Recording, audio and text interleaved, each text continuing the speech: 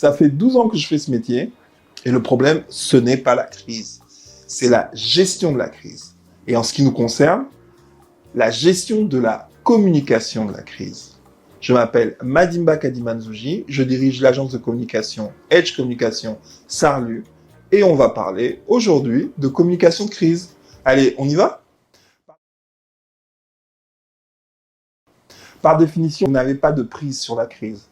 La crise est un élément qui survient de manière inattendue. Le problème, c'est comment la gérer et comment communiquer dessus. Prenons un exemple. Vous êtes à la tête d'une banque et les distributeurs automatiques de billets ne fonctionnent plus. Ils sont donc en panne.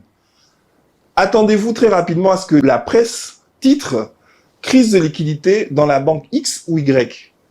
Et vous devez très vite parler en disant « Les distributeurs automatiques de billets sont en panne ».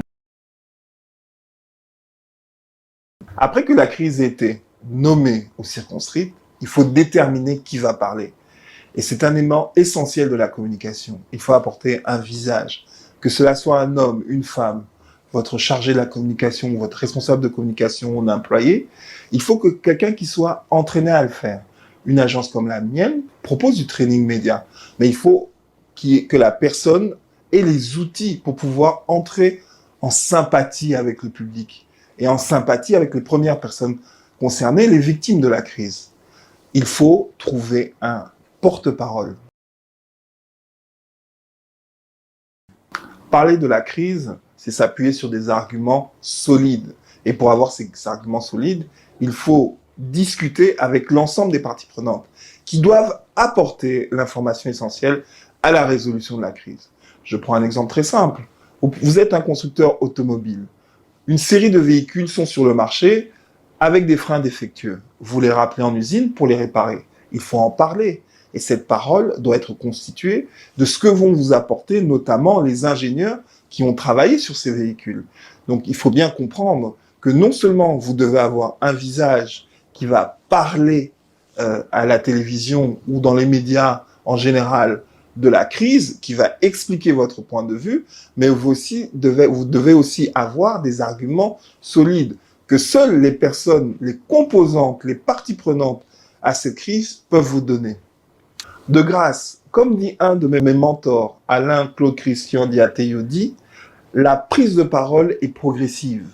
Vous n'allez pas faire parler le ministre si vous pouvez avoir un chargé de communication qui va parler ou faire parler le CIO, le dirigeant d'une entreprise, si vous avez un chargé de com. Les autorités doivent en général être les dernières personnes à parler. Pourquoi? Parce qu'elles engagent totalement la société. On doit avoir des prises de parole progressives. La crise a été nommée ou circonscrite, le porte-parole ou la porte-parole a été désigné. Il reste maintenant à mettre en place les outils de monitoring. Je n'aime pas beaucoup ce mot, je n'aime pas les anglicismes. Les outils de veille, autant sur la presse que sur les réseaux sociaux. Très important. Il vous faut collecter l'information. Alors, vous pouvez faire appel à des agences spécialisées comme la mienne ou aller sur le marché, prendre des logiciels. Mais il vous faudra toujours des gens de terrain pour saisir la température et savoir l'ampleur de la crise.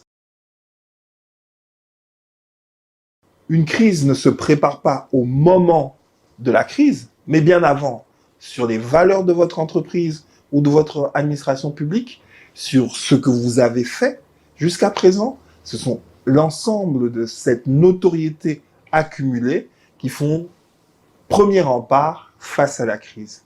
Il est important de préparer la crise avant qu'elle ne survienne. C'est difficile, mais c'est possible. Et c'est pour ça que des agences comme la mienne sont là. On se revoit bientôt pour une autre brève de com'.